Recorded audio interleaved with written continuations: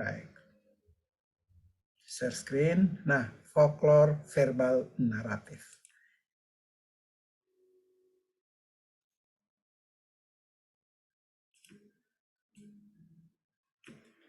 Baik. Ya, masyarakat Indonesia itu sangat kaya dengan folklore-folklore verbal naratif.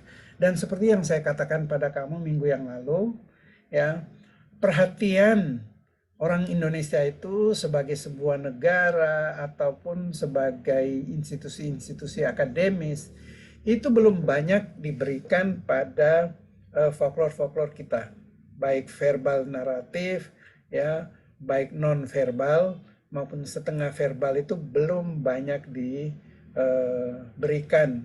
Saya sendiri bercita-cita bahwa Sanata Dharma nanti membangun sebuah pusat studi folklore Nusantara. Tapi ya rencana tinggal rencana. Yang penting itu kan ada rencana, ada maksud baik ya. Dikabulkan atau tidak, terlaksana atau tidak itu tidak terlalu urgen. Yang penting saya ada pemikiran itu. Baik, kita akan mulai dengan yang pertama ya. Hari ini kita akan batasi penjelasan saya pada mitos, legenda, dan dongeng. Ada juga memorates, ballads, teori-teori monogenesis, dan lain-lain di dalam slide ini, tetapi tidak akan saya sertakan, tidak akan saya terangkan karena menjadi materi kita minggu depan. Minggu depan juga kita masih di tradisi verbal naratif, ya, yang tradisi-tradisi yang menggunakan bahasa. Baik, yang pertama mitos, ya, mitos. Mitos itu dari bahasa Yunani artinya cerita. Jadi kalau ada suatu kepercayaan rakyat, misalnya di Jogja ya, ada kepercayaan rakyat bahwa kalau kamu pacarannya, lalu kamu membawa pacarmu itu ke Candi Prambanan, ada kepercayaan bahwa kamu pasti tidak akan jadi pasangan suami istri seumur hidup. Kamu pasti akan cerai. Nah, yang seperti itu masyarakat kita menganggap itu adalah mitos. Ya, misalnya lagi, orang kalau ke Parangtritis tidak boleh menggunakan baju hijau karena baju hijau itu adalah bajunya Roro Kidul, warna kesayangan Roro Kidul. Nah, apakah itu mitos? Bukan. Ya, mitos itu sebuah cerita, ada narasinya. Jadi ya angkatan ini coba kamu memahami istilah-istilah ya, istilah-istilah ini secara akademis ya. Yang dinamakan mitos itu ada ceritanya atau kita sebut sebagai cerita suci, sacred narrative yang mendukung suatu sistem kepercayaan atau religi. Mitos yang berkaitan dengan dogma agama, keyakinan yang paling mendalam. Tetapi bukan folk belief. Yang saya berikan contoh tadi ya, di Prambanan itu. Kamu pacaran, bawa pacarmu ke Prambanan, putus. Itu bukan mitos ya. Itu adalah folk belief. Kepercayaan rakyat. Kita juga akan belajar tentang macam-macam kepercayaan rakyat. Ya, dan sangat aneh, sangat kaya di Indonesia ini. Dilarang menggunakan baju hijau ke pantai Parangtritis. Folk belief itu, kepercayaan rakyat, bukan mitos. Ya, saya harap kamu memahami. Jadi sebagai sebuah cerita, ya, mitos itu dianggap benar-benar terjadi. Mitos itu suci dan dianggap benar-benar terjadi oleh orang yang punya cerita. Misalnya Adam dan Hawa ya. Adam dan Hawa itu dipercaya benar-benar terjadi, itu adalah tokoh yang ada di dalam sejarah manusia. Jadi keyakinan orang aja bahwa itu benar-benar terjadi, benar-benar ada. Ya, bahwa terbukti itu enggak terjadi, itu urusan lain. Tetapi bahwa pengertian mitos adalah bahwa ya sebuah cerita yang diyakini pernah terjadi, diyakini ya ada beneran. Ya. Roro Kidul pernah menikah dengan Ki Ageng Senopati, pendiri Kerajaan Mataram. Diyakini bahwa itu benar-benar terjadi. Apakah benar terjadi? Walau alam, kita nggak tahu. Ya. Tetapi itu dipercaya, dianggap benar-benar terjadi.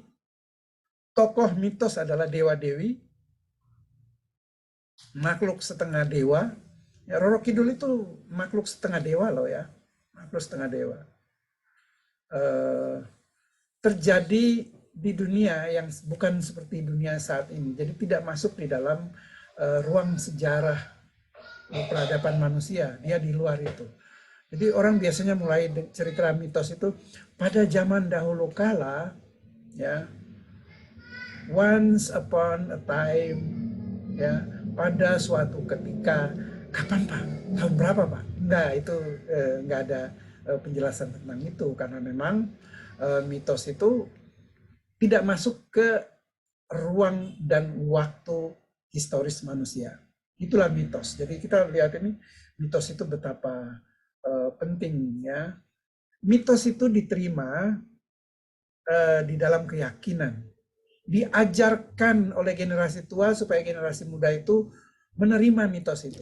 Contohnya Adam dan Hawa itu jelas-jelas sebuah mitos ya. Adam, pertama yang diciptakan adalah Adam, ya, kemudian tidur, dari tulang rusuknya diambil, ciptakanlah Hawa. Apakah itu benar-benar terjadi? Ya, kita nggak bisa membuktikan. Tidak ada ahli satupun di dunia ini yang pernah membuktikan bahwa manusia berasal dari Adam dan Hawa. Kita juga sudah, ya besok ya dalam pengantar ilmu bahasa, ilmu budaya, saya selalu menekankan itu. Itu adalah mitos. Ya. Jadi itu diajarkan kepada generasi muda, dikutip pada saat-saat orang mengalami ketidaktahuan. Ya. Jadi dia seperti memberikan jawaban dan jawaban itu melegakan, membuat orang yang mendengar itu merasa lega. Oh iya gitu ya. Mau manusia itu kalau mati masuk kubur terus gimana ceritanya? Oh dia akan masuk surga atau neraka. Yang penting itu ada jawaban. Dan jawaban itu menenangkan orang, membuat orang menjadi tenang. Apakah jawabannya itu benar atau salah? Nah, itu persoalan lain. Tetapi bahwa mitos memiliki fungsi menenangkan, ya, membuat orang tenang. Oh, manusia dulu kan orang tua-tua kita nggak tahu ya, manusia itu berasal dari mana sih?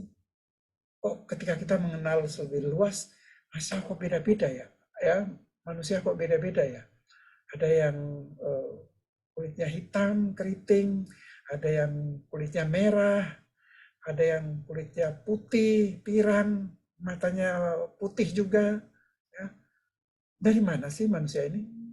Nah, di dalam ketidaktahuan itu ada mitos ya, mitos memberikan jawaban. Orang-orang agama Abrahamik misalnya, agama Abrahamik itu agama Islam, Yahudi, Kristen, itu memberi jawaban bahwa manusia itu berasal dari Adam dan Hawa. Ya, begitu. Meskipun sudah saya terangkan, secara ilmu pengetahuan nggak bisa dipertanggungjawabkan pandangan. Berarti pandangan itu salah dong? Ya salah, tetapi pandangan itu memiliki fungsi yang penting, yaitu membuat manusia merasa tenang.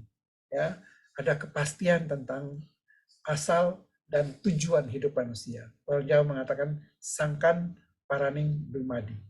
Dan itu diperlukan oleh nenek moyang kita. Mereka itu butuh jawaban.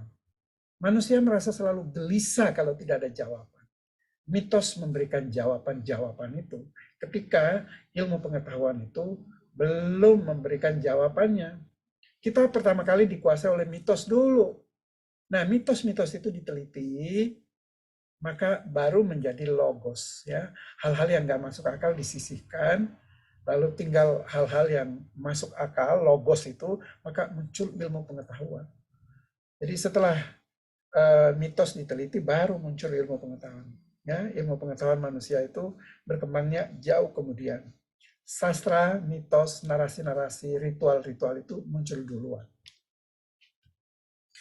Ya, jadi mitos itu menjadi jawaban ketika manusia bimbang, manusia tidak tahu, manusia kehilangan kepercayaan, ya. Jadi mitos itu seperti ajaran dogma-dogma agama. Setiap agama punya dogma, ya. Dogma itu mungkin masuk akal, mungkin tidak masuk akal, tapi dipercaya sebagai benar, ya. Dalam agama Katolik misalnya ada dogma tentang Bunda Maria yang naik ke surga ya dengan badan dan jiwa. Apakah benaran, Pak? Ya itu dogma, ya gitu. Nabi Muhammad Isra Mi'raj dengan mengendarai eh, kendaraannya yaitu seekor kuda ya yang bisa terbang. Nah, bagaimana prosesnya, Pak? Itu dogma, itu ajaran. Sama seperti Bunda Maria naik ke surga. Beneran, Pak? Ya itu dogma. Kamu harus percaya kalau kamu mau disebut Katolik kan. Kalau nggak kamu keluar dari Katolik gitu. Kalau nggak kamu keluar dari Islam gitu. Jadi setiap agama punya dogma dan mitos-mitos ini banyak berfungsi sebagai dogma-dogma. Jadi mitos ini mengungkapkan tentang asal mula dunia. Tadi Adam dan Hawa. Tapi Adam dan Hawa itu bukan satu-satunya mitos yang ya dipercaya oleh seluruh umat manusia. Orang-orang Flores Timur mengatakan bahwa manusia berasal dari telur burung Garuda, bukan dari Adam dan Hawa. Itu ceritanya Musa aja itu. Musa yang cerita kita berasal dari Adam dan Hawa, itu penciptaan kan? Gitu. Tentang manusia, fenomena kematian, tentang surga, neraka. Apakah dia pernah lihat Pak surga itu? Nggak ada yang lihat. Tapi kita percaya aja gitu. Ya, kita percaya bahwa akan ada surga dan neraka. Gitu. Meskipun ahli lain ya, ada ahli fisika yang terkenal, Stephen siapa itu yang duduk di kursi itu ya, Hawking. Stephen Hawking, Pak. Betul, Stephen Hawking. Stephen Hawking mengatakan cerita tentang surga dan neraka itu adalah cerita yang dibuat oleh orang-orang yang takut akan kematian. Ya. Benar mana Pak? Ya, saya sudah mengatakan kemarin dalam ilmu budaya ya, kita beriman tetapi kita juga berilmu. Iman tanpa ilmu, ya pincang, ilmu tanpa agama juga buta. Dua-duanya harus jalan, itu menurut saya. Dan itu menurut Albert Einstein. Baik, lalu apa sih ciri-ciri mitos itu sebagai narasi yang suci itu? Nah ini yang menjadi patokanmu ya. Saya nggak mau lagi angkatan baru ini 2021 ini ya. Kamu menyebut misalnya anak-anak cewek tidak boleh berdiri di ambang pintu pada jam maghrib 6 sore. Itu adalah mitos. Enggak, itu bukan mitos. Mitos itu cirinya apa? Satu, dia ada narasinya, berarti ada alur cerita, ada tokoh kan, ada tokohnya, ada ciri-ciri wataknya, tokoh Adam, tokoh Hawa ya, Eva itu ya, ada karakteristiknya, ciri-cirinya. Ya, Hawa itu mudah dihasut oleh ular misalnya. Jadi ada alur, artinya rangkaian peristiwa yang digerakkan oleh hukum sebab akibat. Mengapa Adam dan Hawa jatuh ke dalam dosa? Ada logikanya, ada alurnya. Karena Tuhan melarang mereka memakan buah kurdi atau buah apel atau apapun itu. Mereka langgar itu. Nah, karena pelanggaran itulah mereka diusir dari surga kan. Mereka diusir dari surga turun ke dunia ini. Nah, itu ada narasinya. Roro Kidul ada narasinya. Roro Jongrang, Bandung Bondowoso ada narasinya. Nah, jadi yang penting di dalam mitos adalah narasi. Itu yang penting. Ada tema-temanya, ya, tema tentang penciptaan dunia, dan yang lebih penting ada amanat yang tersembunyi. Saya sering mengulang-ulangnya, ya nggak apa-apa saya kalau mengulang itu artinya hal yang penting. Saya selalu mengulang-ulang bahwa nenek moyang kita itu belum mengenal sekolah, nggak ada kurikulum. Terus bagaimana leluhur kita itu mengajarkan nilai-nilai pada anak-anaknya, Pak? Ya mereka mengajarkan lewat mitos, lewat dongeng, ya lewat legenda-legenda. Itu adalah kurikulum pendidikan loh. Maka kita bisa melihat di balik semua cerita itu ada amanat. Dan amanat itu biasanya tersembunyi. Ya. Apa amanat cerita Adam dan Hawa? Apa amanatnya? Ya, amanatnya bahwa kita harus tunduk pada hukum-hukum yang sudah dipatok oleh Tuhan. Entah hukum itu masuk akal atau tidak masuk akal, ya tetap harus dipatuhi kan. Ya, larangan makan buah itu masuk akal nggak? Nggak masuk akal kan? Kenapa ini tidak boleh dimakan? Ya. Tetapi ada amanatnya bahwa kamu harus patuh pada hukum-hukum Tuhan. Masuk akal atau tidak masuk akal itu bukan urusanmu, yang penting kamu patuh. Apa amanat cerita Roro Kidul? Ya, Roro Kidul versi orang Jogja, orang Mataram. Nah, kamu harus takut pada raja-raja keraton Ngayogyakarta Hadiningrat, karena mereka ini, ya, semua raja Mataram ini adalah suami dari Roro Kidul. Amanatnya begitu, ya. Kayak jadi kalau kamu takut nggak sama saya? Ya, itu amanatnya. Baik, ada banyak contoh mitos penciptaan Adam dan Hawa ya di Taman Firdaus, ya. Dan kita semua itu seperti monyet yang percaya aja gitu ya. Kita seperti percaya aja. Ya ini kalau saya klik harusnya dia muncul, tapi ini kok nggak muncul. Ya, pada umumnya mitos diturunkan dari satu generasi ke generasi lainnya tanpa dipertanyakan ya kebenarannya dan mengapa demikian. Kita terima saja. Pada umumnya seperti itu. Adam dan Hawa sampai sekarang masih hidup. Saya sebagai ilmuwan dan orang yang juga percaya pada agama, ya, saya bukan ateis. Saya percaya bahwa cerita Adam dan Hawa itu memiliki fungsi yang penting, memberikan ketenangan, ya, memberikan ketenangan. Tetapi apakah benar manusia itu berasal dari Adam dan Hawa? Saya pasti tidak percaya. Ya, pasti tidak percaya, itu mitos. Baik, ada banyak mitos kosmologi ya, tentang terjadinya dunia. Ada banyak sekali, kamu bisa mengungkap itu. Baik, asal-usul gempa itu menurut cerita-cerita rakyat itu berbeda-beda ya. Dan di seluruh dunia itu beda-beda. Orang di Indonesia Timur, saya tidak menemukan itu di Jawa ya. Di Indonesia Timur berkeyakinan bahwa bumi ini bundar dan bumi ini dijaga oleh seekor kumbang. Nah, bumi ini selalu tenang. Maka sang kumbang ini selalu menggoyang-goyangkan bumi itu. Nah, dan itu terjadilah gempa bumi. Dia goyang-goyang. Maksudnya dia goyang itu apa? Dia menggoyang-goyang itu untuk mencari tahu, untuk ya melihat apakah manusia masih ada di dalam atau tidak. Maka di wilayah Indonesia Timur kalau terjadi gempa apa yang dilakukan? Juga waktu saya masih kecil ya, saya saksi sejarah itu.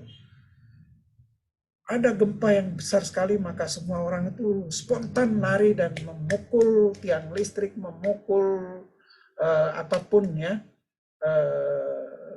Apapun dipukul, ya, panci-panci, lonceng, semua dipukul.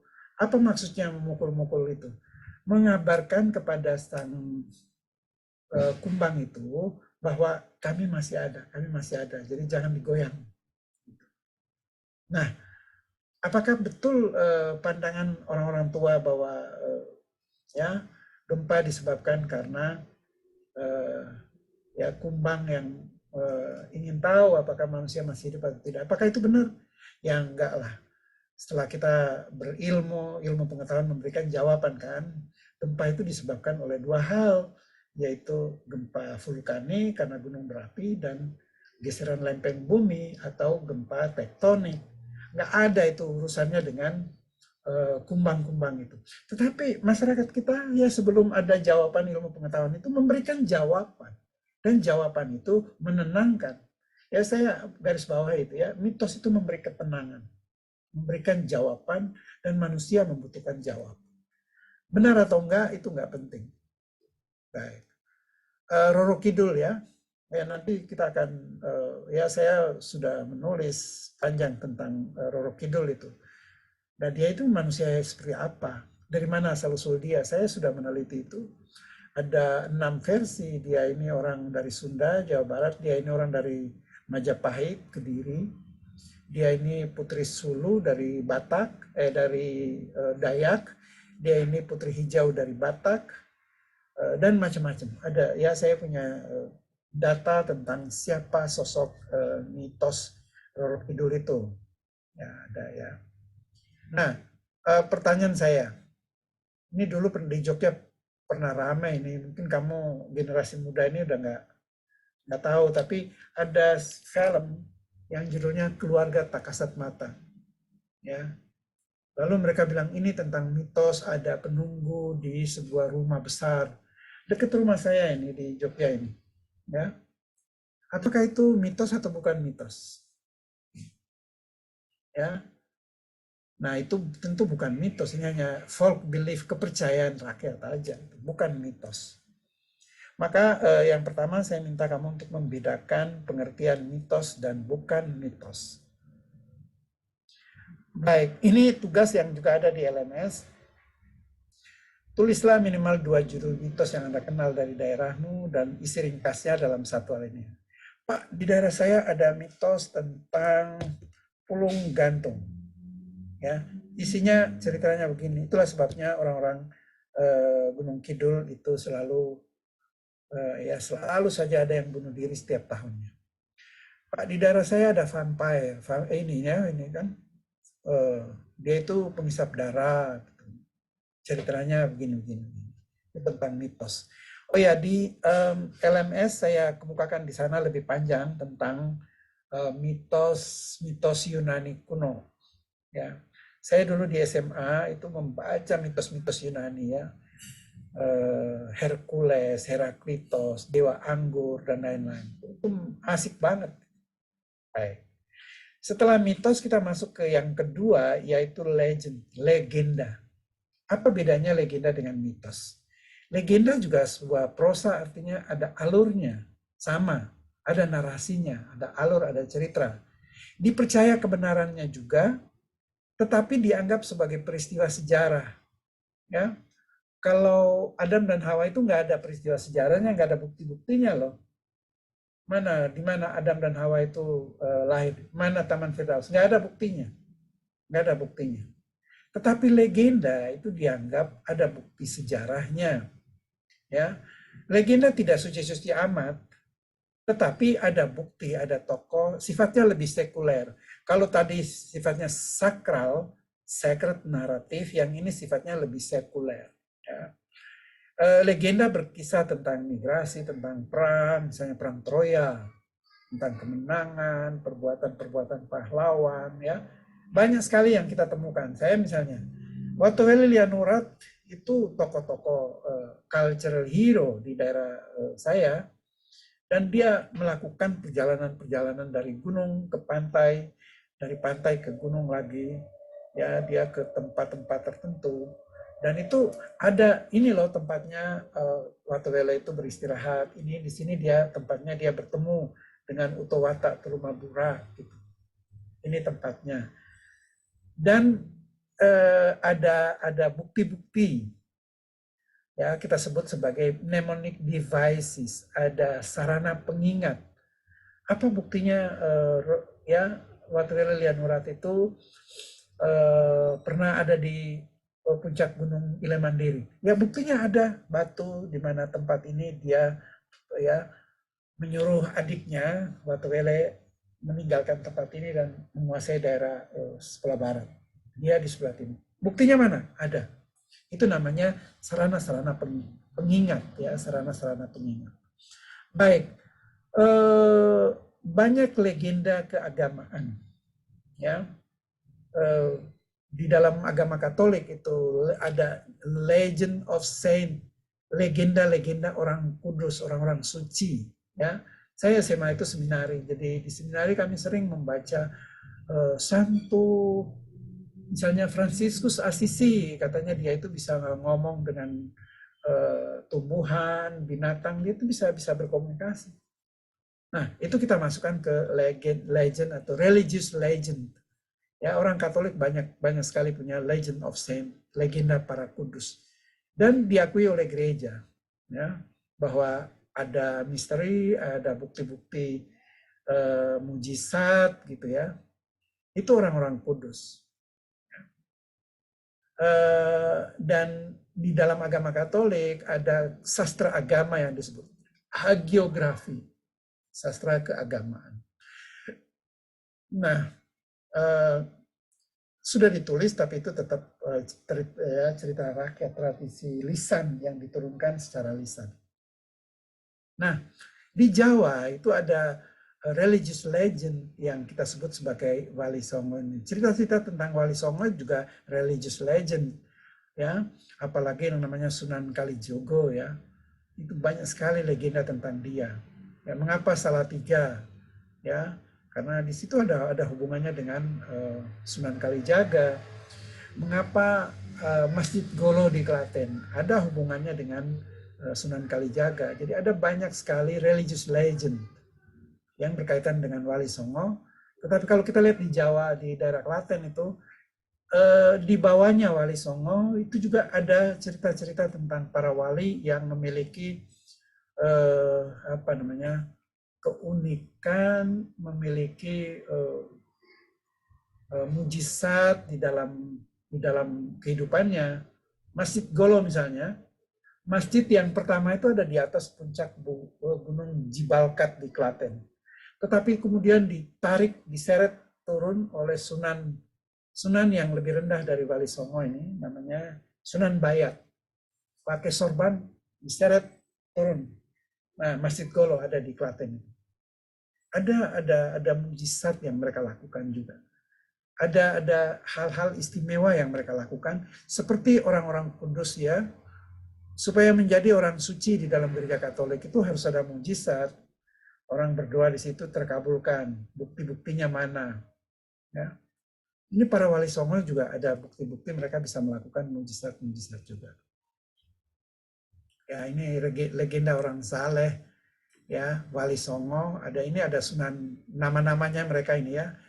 Ada banyak yang berasal dari Khmer, dari suku Khmer ya. Dari etnis Cina malah. Tetapi juga ada ahli orang Belanda namanya Rinkes ini, itu melakukan penelitian dulu sebelum Indonesia merdeka. Dan judulnya adalah The Heiligen van Java, orang-orang saleh dari Jawa, orang-orang kudus dari Jawa, termasuk Syekh Siti Jenar. Ini tokoh yang kontroversial ini, Syekh Siti Jenar. Dia ini pada dasarnya adalah seorang kejawen yang percaya pada manunggaling Kawula Gusti. Nah, ada beberapa pandangan kejawen yang berbeda dengan pandangan Islam dan akhirnya dia ini hilang atau dia ini dibunuh seperti itu. Tetapi dia ini adalah tokoh yang sangat sakti. Ada banyak mujizat yang dia lakukan juga. Baik. Ini legendnya, legenda. Ya, legenda Gunung Tangkuban Perahu ya, sudah sangat populer ya. Kemudian tugasnya kamu mencari dua judul legenda dari daerahmu. Ya, apa bedanya legenda dengan mitos? Kamu sudah tahu ya. Legenda itu lebih profan, legenda itu masuk ke sejarah, ada bukti-buktinya, sedangkan mitos itu nggak ada bukti-buktinya. Baik, yang terakhir, materi kita hari ini adalah tentang dongeng. Nah, dongeng inilah yang paling penting untuk masyarakat ya tradisional sebagai kurikulum pendidikan bagi anak-anak mereka ya. Ini satu cerita prosa fiksi pada umumnya tidak merupakan dogma, bukan sejarah juga, bisa terjadi bisa juga hanyalah dongeng. Orang tua-tua tahu bahwa itu nggak ada. Buto Ijo, ada beneran nggak? Nggak ada. Ya, orang-orang Jawa juga mengatakan buto hijau itu nggak ada itu. Dongeng aja. Tetapi dongeng itu meskipun tidak serius, dongeng memiliki fungsi untuk mengajarkan moral. Banyak anak-anak yang nakal-nakal malam nggak tidur-tidur, ayo ada buto hijau di luar loh. Langsung diem. Jadi itu sarana pendidikan bagi anak. Jadi dongeng-dongeng itu betapa pentingnya. Ya. Ciri dongeng adalah timeless.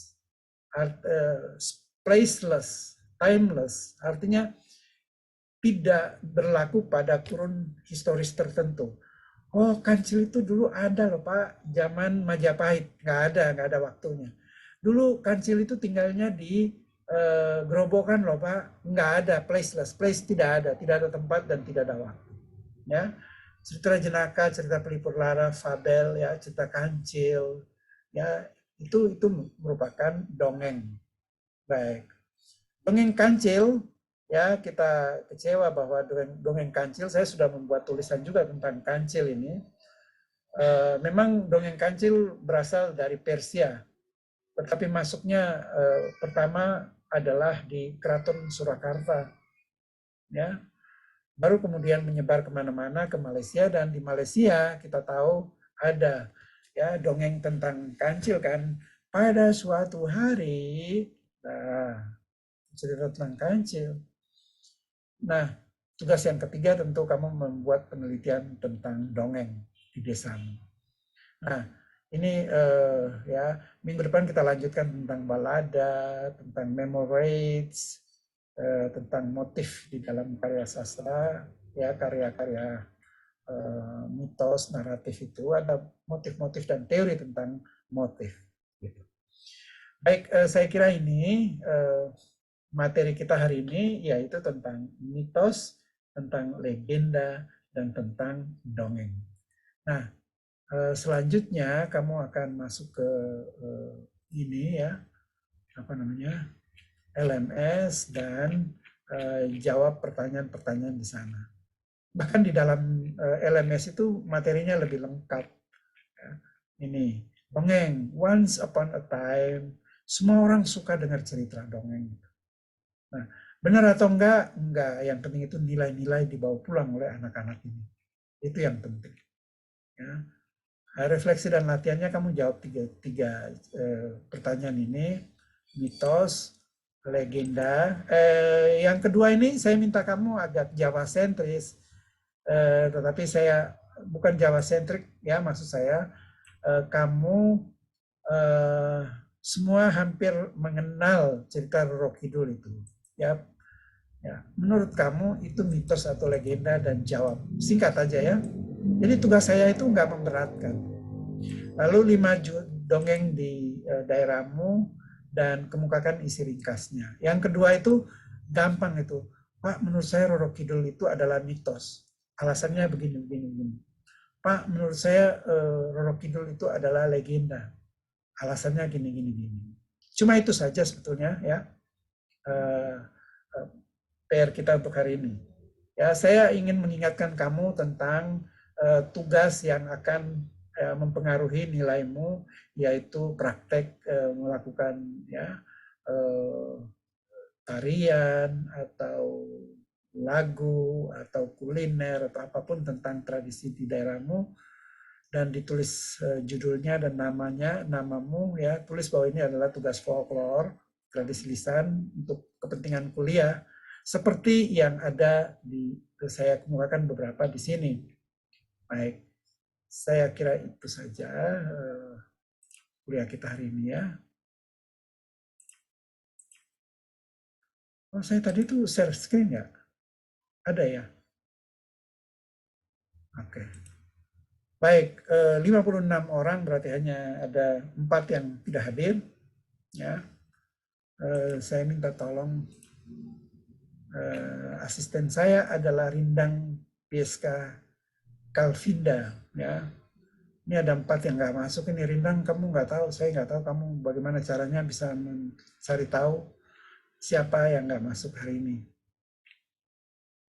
Ya, baik, saya akan mengakhiri kuliah kita karena sudah terlalu lama ya, 10.44 ya. Kalau ada pertanyaan satu aja, silakan ditanyakan kepada saya. Kalau nggak ada, kamu juga boleh bertanya di grup WA. Ya. Tugas hari ini tidak membebani banget, sangatlah mudah. Ya. Nanti saya tahu ada tugas yang sulit, pasti ada. Hari ini tugasnya mudah. Minggu depan kita masih di mitos ini ya, verbal naratif. Saya kira itu pertemuan kita untuk hari ini ya.